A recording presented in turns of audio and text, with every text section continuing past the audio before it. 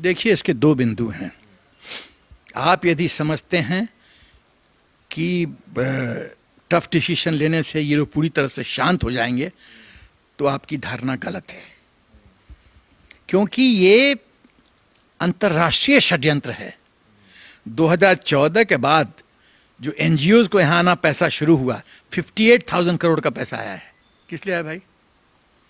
कोई विदेशी ताकत आपको पैसा क्यों देगा जब तक उसका कोई मकसद साध्य नहीं होता है? तो मकसद क्या साध्य होता है? मोदी जी को हटाओ। मोदी जी इस देश के प्रधानमंत्री, कितने देश में पेट में दर्द है, कितने लोगों को दर्द है, तो हटाओ इनको। इसीलिए डॉक्यूमेंट मिलता है कि मोदी जी को मारने का प्लान बनता है। मोदी जी जब प्राइम मिनिस्टर कैंडिडेट अनाउंस हुए थे बीजेपी का, तो पटना गांधी मैदान में जो एड्रेस था उनका, मैं स्टेज पे बैठा था। मैं तो पूरा ब्लास्ट देखा हूं, और मेरा घर बगल में ही है। रात को मैं टहलते टहलते साइड पे चला गया, वहां वो लोग पुलिस वाले सब अपना स्निफर डॉग लेके ढूंढ रहे थे। तो मैंने कहा, भाई क्या कर रहे हो?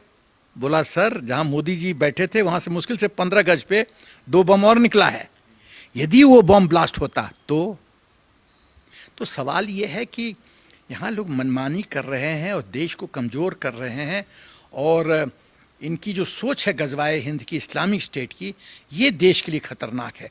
यदि धर्म प्रधान हो जाता है, राष्ट्र प्रधान नहीं होता है, तो कष्ट है। अरे भाई, हिंदुस्तान आज हमारा अभी 5th लार्जेस्ट इकोनॉमी हो गया है, उसका भोग करो ना। पाकिस्तान जिंदाबाद। पाकिस्तान तुम लिए क्या करता है? पाकिस्तान तो अपना देश तो संभलता नहीं है, अपना देश तो फकीर हो गया है, और तुम उसको सपोर्ट कर रहे हो। इतना अच्छा लगता है तो चले जाओ पाकिस्तान। भाई इतना अच्छा लग रहा है ना, पाकिस्तान जिंदा बोलते हो ना, जिंदाबाद, तो चले जाओ। हिंदुस्तान में रहते हो तो अब्दुल कलाम की तरह बनो, अब्दुल कलाम जी की तरह बनो। क्या राष्ट्रभक्त थे भाई, न्यूक्लियर सीक्रेट पचा गए। और जब वाजपेयी जी प्रधानमंत्री को अब्दुल कलाम जी ने बोला कि सर आई होप चीजें गोपनीय रहेंगी, तो वाजपेयी जी तो सेंसर में बहुत अच्छा था, उन्होंने कहा आप भी अनमैरिड, मैं भी अनमैरिड, तो लीक आउट नहीं हो सकता है। तो ये जो कहानी है ना, ये चक्कर है। और देखो, सीए जो था ना, मैं उसको इस तरह से देखता हूँ, जो शाहीन बाग में हुआ, ये एक्सीडेंट नहीं था, ये प्रयोग था। क्या प्रयोग था? उसका मकसद क्या था? कि मोदी सीए तो जब हिंदुस्तान के मुसलमान अफेक्ट ही नहीं हो रहे हैं, तो तुमको पेट में दर्द क्यों है? ये प्रयोग था कि मोदी जी कोई फैसला आगे मत लो, नहीं तो हम इससे भी बड़ा कांड करेंगे। ये मोदी जी को संदेश दिया जा रहा था कि आप कुछ मत करो, नहीं तो हम कांड करेंगे। फिर ये डराने वाली राजनीति है, ये तो नहीं चलेगा इस देश में। एनआरसी है, पॉपुलेशन कंट्रोल बिल है, कोड ऑफ कंडक्ट है, यूनिफॉर्म सिविल कोड है, ये सब लाने की जरूरत है। देखिए, जब तक लोग कैसे व्यवहार करेंगे, जब कानून होगा तभी तो। जब कानून ही नहीं है तो फिर क्या डर? तो कानून लाना पड़ेगा, ये सब कानून पास करना पड़ेगा। और तब एक मेरी अपनी ये सोच है कि कोई भी यदि राष्ट्रद्रोह करता है, इसका मतलब हुआ waging war against the state, राष्ट्रद्रोह। राष्ट्रद्रोह का मेरे अनुसार एक ही सोल्यूशन है, फास्ट ट्रैक कोर्ट बनाइए, 30 दिन में फैसला सुनाइए, पर्सन नॉन ग्राटा उसको अनाउंस कीजिए, और देश के बाहर उठा के फेंक दीजिए, उठा के फेंक दीजिए। You are not required here, तुम्हारी यहां जरूरत नहीं है। आप बल्कि बताइए, मैं सिंपल चीज बताना चाहता हूं, आपके घर में एक सांप आ जाता है, तो क्या आप चैन से सोएंगे कि ढूंढ के उसको भगाएंगे अपने गेट के बाहर? तो भाई ये भी तो अंदरूनी सांप है, घर का बेधिया लंका डाह। ये देश को खतरा, देश का दो समस्या है, एक्सटर्नल थ्रेट, इंटरनल थ्रेट।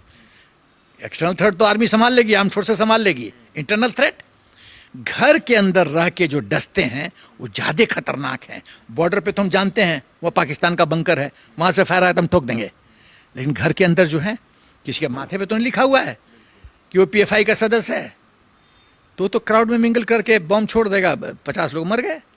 तो ये बहुत खतरनाक स्थिति है। तो मुसलमान भाइयों की ये सोचना पड़ेगा कि राष्ट्र तुम्हारा है, राष्ट्र धर्म से बड़ा होता है, तुम इस तरह से मनमानी नहीं कर सकते।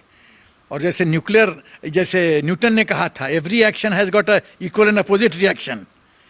आप यदि राजद्रोह करोगे तो सरकार तो अपना एक्शन में आएगी। आपने सीए करके कितना तबाह किया था, 10 महीने के मेरा ख्याल है तबाही किया था। किस लिए? अरे जब आप अफेक्टेड नहीं हो तो किस लिए? क्यों? मोदी जी को डराना है। लेकिन इनका कैलकुलेशन गलत है, मोदी जी डरने वाले नहीं हैं। अब जो टीम है मोदी जी या शाह जी का, अजय शंकर जी का, अजीत डोवल जी का, ये टीम इतना सॉलिड है, लोग डरने वाले नहीं हैं। और इनको संभलना पड़ेगा, कहीं ऐसा ना हो कि इतना लेट हो जाए कि ये अपने पांव पे कुल्हाड़ी मार लें और इनका अस्तित्व खत्म हो जाए। सर अंतिम प्रश्न ये पूछते हैं कि जब इस तरह के एक्शन होते हैं लगातार, तो उसमें एक धर्म विशेष को निकाल लिया जाता है, बोला जाता है कि इसको टारगेट किया जा रहा है और मोदी और ये सब मिलकर डिटेक्टरशिप चला रहे हैं। क्या आपको भी ऐसा लगता है? ये बहुत चालाकी से, धूर्तता से ये लोग गेम खेलता है। ये लोग इतना धूर्त है, जहां ये लोग घिरता नजर आता है तो विक्टिम कार्ड खेलना शुरू कर देता है। मुसलमानों को टारगेट किया जा रहा है। अरे मुसलमानों को काहे टारगेट किया रहा है? तुमको वक्फ बोर्ड मिला है, टेम्पल का इनकम सरकार के पास जाता है, तुम्हारा इनकम सरकार के पास आता है। और टेम्पल का ये तुम्हारे मौलवियों को पैसा दिया जाता, तनख्वाह दिया जाता, क्यों दिया जाता है? For what?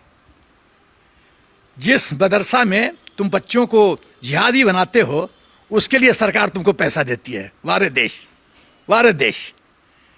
तो ये इनको समझने की जरूरत है कि मनमानी नहीं कर सकते, और ये बेवकूफ़ी कर रहे हैं। यदि राष्ट्र सुरक्षित नहीं है, राष्ट्र में दंगा होगा तो आर्थिक विकास नहीं हो, आर्थिक विकास नहीं होगा तो इनका परिवार कैसे खुश रहेगा? भाई चीज़ें ठीक रहेगी तभी तो आप खुश रहोगे।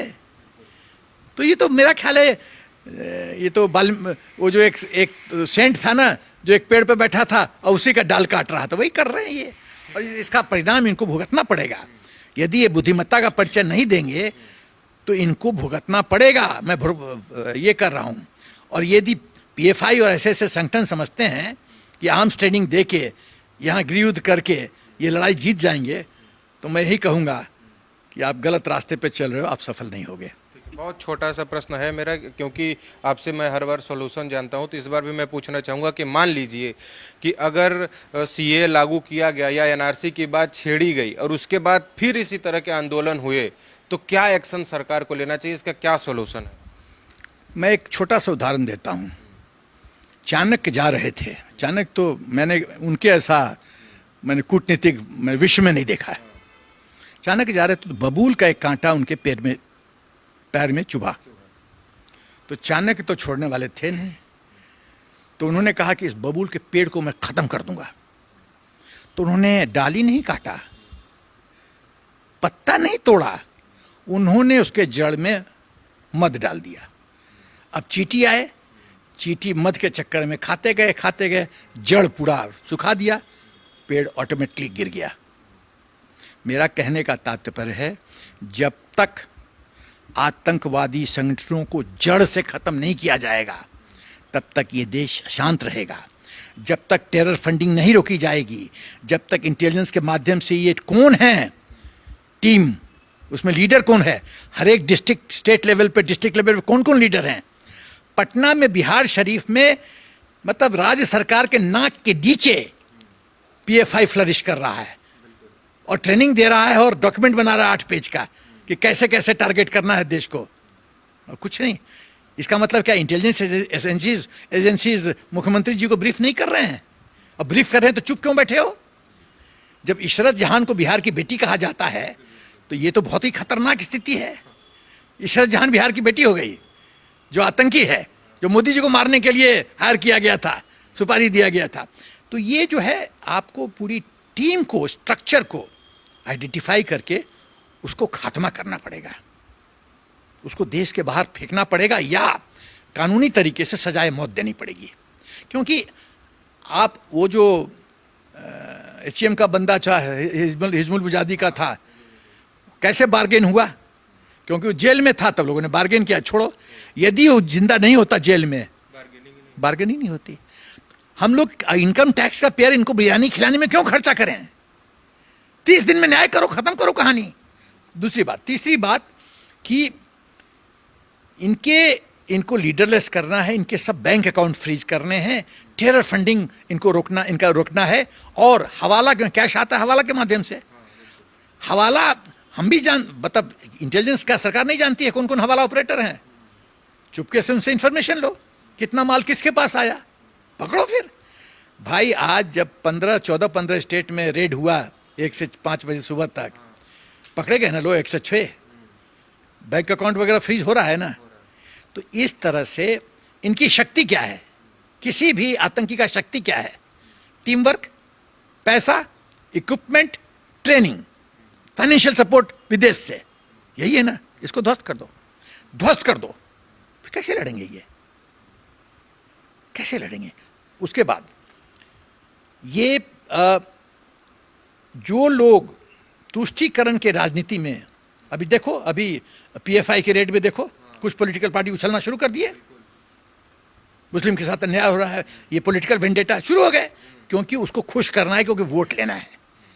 ऐसे से जो जब हमको आपको समझ में आ रहा है कि वोट की राजनीति खेल रहे हैं, तो क्या देश को और जुडिशरी को समझ में नहीं आ रहा है। ऐसे ऐसे लोगों का अकाउंटेबिलिटी फिक्स करो और उनमें सजा का प्रावधान होना चाहिए। पॉलिटिकल बैन करने की जरूरत है ऐसे ऐसे लोगों को, तब लोग अंकुश लगाएंगे अपने वक्तव्य पे। खुश करने के लिए कुछ भी बोल दो। भाई राष्ट्र बड़ा है, खाली राष्ट्र सुरक्षित रही ये सेना की जिम्मेवारी है क्या? हमारी, आपकी, पॉलिटिकल पार्टीज की, सबकी जिम्मेवारी है। हिंदुस्तान का एक एक व्यक्ति का जिम्मेवारी है राष्ट्र सुरक्षित हो और राष्ट्र मजबूत हो, खाली सेना की जिम्मेवारी नहीं है ये। तो वो अकाउंटेबिलिटी फिक्स करने पड़ेगी और कोड ऑफ कंडक्ट डिफाइन कीजिए कि राष्ट्रद्रोह क्या है, और उस पर सख्ती के साथ 1000 वोल्ट झटके के साथ आना है नीचे। तब देखता हूं मैं कैसे होता है। उस कश्मीर उदाहरण है, 370 क्या हुआ? कुछ हुआ? हो नहीं सकता है, हो नहीं सकता है। भाई सरकार होती है। मैं जब जूनियर था तो मेरे एक सीनियर बॉस ने बहुत अच्छी बात कही थी, मैं 1 मिनट में खत्म करूंगा बात, और अभी तक मेरे जहन में बैठा हुआ है। अब मैं 72 साल का हो गया हूं। उन्होंने कहा कि भाई बेटा,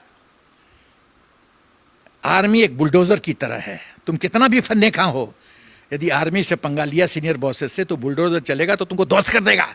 यू मे बी राइट, तुम हो सकता है सही हो, लेकिन सीनियर अफसर का बुलडोजर चलेगा तुम बच नहीं सकते। वही बात मैं कहना चाहता हूं, सरकार बुलडोजर है, जब वो चलेगा आप बच नहीं सकते। आप कितने भी फन्ने खा हो जाए, खाली सरकार के पास एग्जैक्ट इंफॉर्मेशन होना चाहिए। बाकी तो it's a matter of drill, बाकी ड्रिल है, इंप्लीमेंटेशन है, करो इंप्लीमेंट।